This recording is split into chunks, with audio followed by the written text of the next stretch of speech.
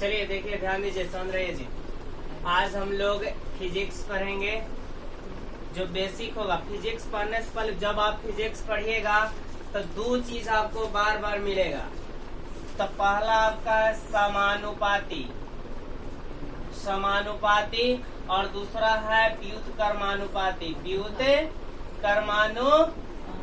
दोनों के समझ लेना है कि समानुपाती क्या होता है और व्युत्क्रमानुपाती क्या होता है। तो देखिए, सबसे पहले हम चलते हैं समानुपाती। फिजिक्स जब भी पढ़िएगा ये दोनों बहुत अहम भूमिका निभाता है जी, इसको समझना बहुत जरूरी है। तो चलिए हम लोग सबसे पहले समानुपाती में चलते हैं।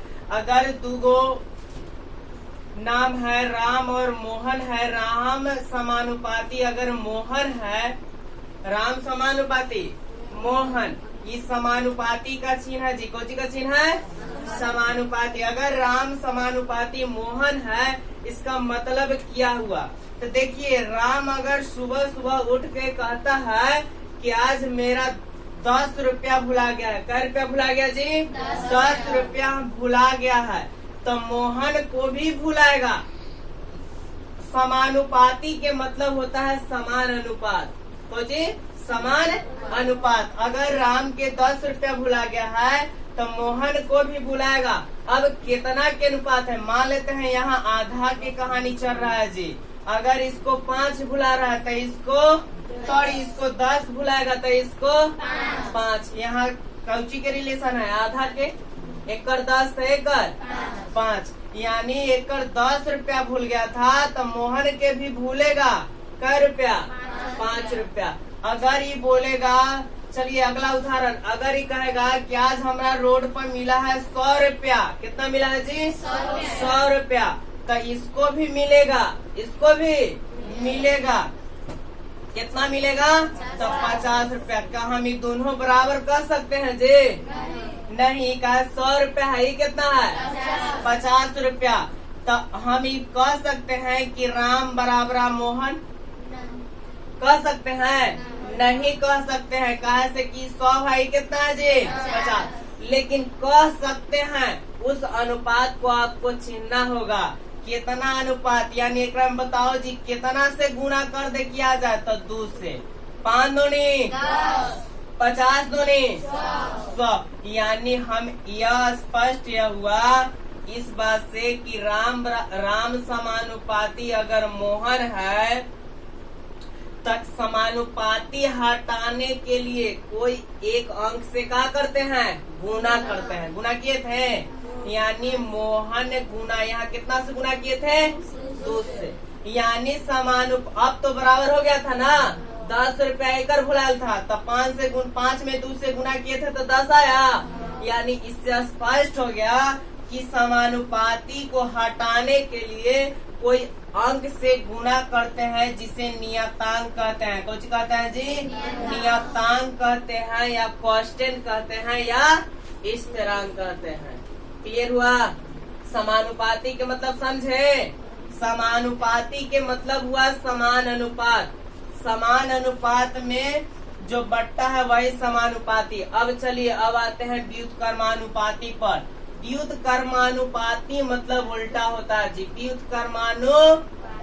व्युत्क्रमानुपात। अच्छा, इससे पहले अगर यहाँ मान के, अगर यहाँ ए समानुपाती बी रहे, यहाँ कहानी गायब है, राम और मोहन है, यहाँ तब बताओ जी, एक ए बराबर बी कांस्टेंट में हम कितना से गुना किए?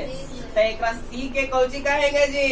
नियतांक या स्थिरांक या कांस्टेंट कहेंगे। क्लियर है सबके?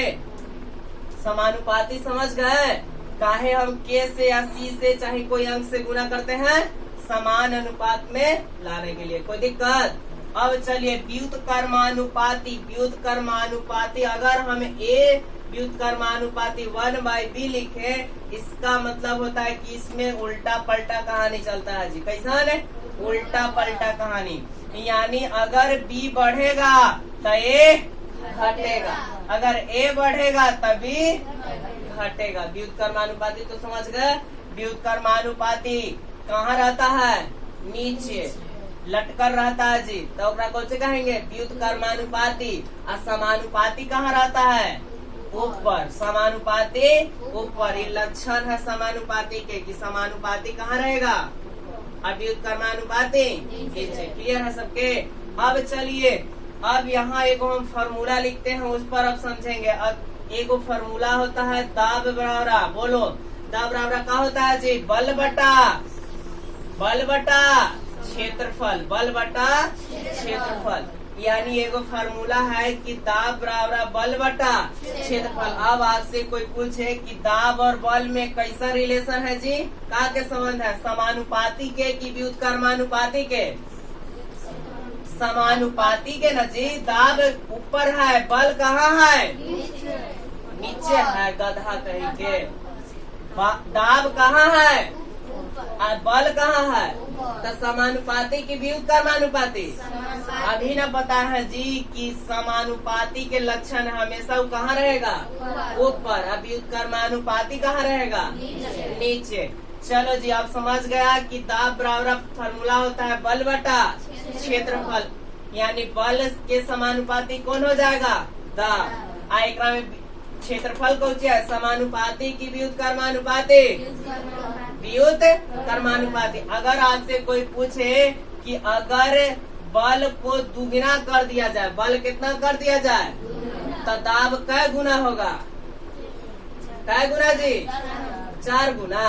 कैसे जी, अभी पता है कि दाब के समानुपाती बल, यानी जितना दाब होगा उतना ही क्या होगा, बल।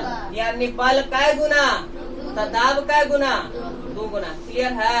जितना आप सोचिएगा उतना ही। देखिए, आज रट के आप एग्जाम में अच्छा मार्क्स नहीं ला सकते हैं।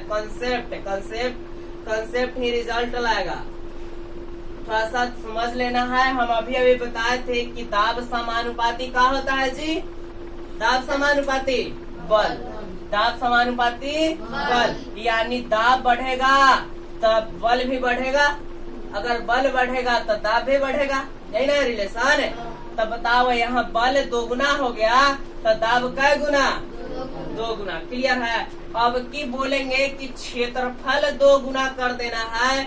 जब क्षेत्रफल 2 गुना हो जाएगा तो दाब कै गुना होगा, 4 गुना। कैसे,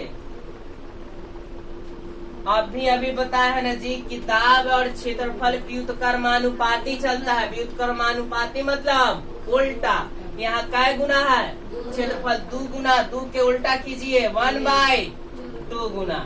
यानी जब क्षेत्रफल 2 गुना होगा तो दाब कै गुना, 1/2 गुना।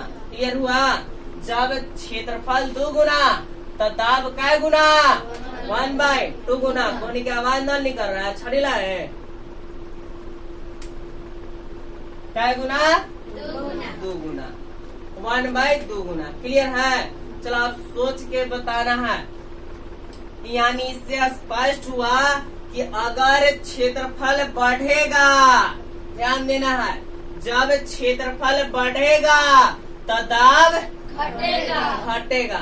कैसे कि दाब क्षेत्रफल में क्या संबंध है, व्युत्क्रमानुपाती के। क्या संबंध है, यानी दाब बढ़ेगा तो क्षेत्रफल अगर क्षेत्रफल बढ़ेगा तो दाब घटेगा। क्लियर है इस कंसेप्ट। अगर क्षेत्रफल बढ़ेगा तो दाब घटेगा। अब चलिए एगो क्वेश्चन पूछते हैं और नहीं बताने पर बार मारेंगे जी। अगर आप बेंच पर भी बैठे हुए हैं तो हम बोलेंगे कि बेंच पर ज्यादा दाब कब लगेगा, बेंच पर ज्यादा दाब कब लगेगा, जब आप बैठे रहेंगे बेंच पर, कि लेटे हुए रहेंगे, कि आप उस पर खड़े रहेंगे। लेटे रहेंगे तो दाब सबसे ज्यादा लगेगा ना। अभी गलत। अभी न बताया है जी कि क्षेत्रफल कम, क्षेत्रफल कम तो दाब ज्यादा। अजी लेटेंगे तो आओ क्षेत्रफल बढ़ जाएगा जी। पूरा लेट जाएंगे तो क्षेत्रफल कहाँ हो जाएगा, बढ़ जाएगा ना। पूरा बेंचवा पर हम ही रह जाएंगे तो क्षेत्रफल कहाँ हो जाएगा, क्षेत्रफल बढ़ेगा तो दाब घटेगा। तो ये तो नहीं ना सही होगा। हम सबसे अधिक दाब बोले हैं। अगर हम बैठे रहते हैं, सुनिए, जब बैठे रहेंगे तो ओकरो में क्या होगा, क्षेत्रफल इतना घेरा रहेगा, घेराएगा ना। अगर हम खाड़ा रहते हैं तो कम क्षेत्रफल लगेगा, कम जगह न घेराएगा। तो जब क्षेत्रफल कम तो दाब ज्यादा, यानी इससे बात से स्पष्ट हुआ कि जब हम खाड़ा रहेंगे तो दाब का लगेगा, दाब का लगेगा जी, लतखोर, दाब का लगेगा कम, मारेंगे छाप की उलट जाए। दाब का लगेगा ज्यादा ना, क्षेत्रफल क्या है कम तो दाब ज्यादा, क्षेत्रफल कम तो दाब ज्यादा। समझा? क्षेत्रफल कम कैसे हुआ? खारा रहेंगे तो कम ना स्थान घेराएगा जी, सूता रहेंगे तो ज्यादा स्थान घेराएगा। तो क्षेत्रफल जब कम, याद रखना है, जब क्षेत्रफल कम तो दाब ज्यादा, क्षेत्रफल कम तो दाब ज्यादा। चलो ये वाला कंसेप्ट क्लियर हुआ कि खारा रहेंगे तो दाब का लगेगा ज्यादा। अब आपसे अगला क्वेश्चन, अगर कोई व्यक्ति दलदल में फंस गया हो, अगर कोई व्यक्ति दलदल में फंस गया हो तो बताओ कैसे, अगर वो खारा होके चिल्लाएगा कि सूत के चिल्लाएगा कि बैठ के चिल्लाएगा तो ज्यादा बेहतर रहेगा? खारा होके रहेगा तो क्षेत्रफल कम, दाब ज्यादा हो जाएगा जी। दाब ज्यादा होगा तो तुरंत कहाँ चल जाएगा? अंदर, तुरंत कहाँ हो जाएगा? खत्म हो जाएगा। बताओ का लेटर रहेगा तब ना क्षेत्रफल कौची लगेगा? कम, तो दाब क्षेत्रफल ज्यादा तो दाब कम, क्षेत्रफल ज्यादा। यानी कोई व्यक्ति अगर दलदल में फंस गया है तो उसको क्या करना चाहिए? लेट जाना चाहिए। क्या हो जाना चाहिए? लेट जाने पर कुछ देरी तक वह टिक सकता है जी, उसे बचाया जा सकता है। अगर वो खड़ा हो कैसे इसे चिल्लाएगा तो जल्दी नीचे चल जाएगा। क्लियर है? क्लियर है? इस बात कोई क्या दिक्कत इतना समझे में? यानी बोला गया कि अगर दाब बराबर बल बटा क्षेत्रफल, क्षेत्रफल और दाब में कॉम्बिनेशन पता चला? समानुपाती व्युत्क्रमानुपाती आप समझ गए? चलिए तो अब हम लोग अगला क्लास में पढ़ेंगे। ठीक है, ओके।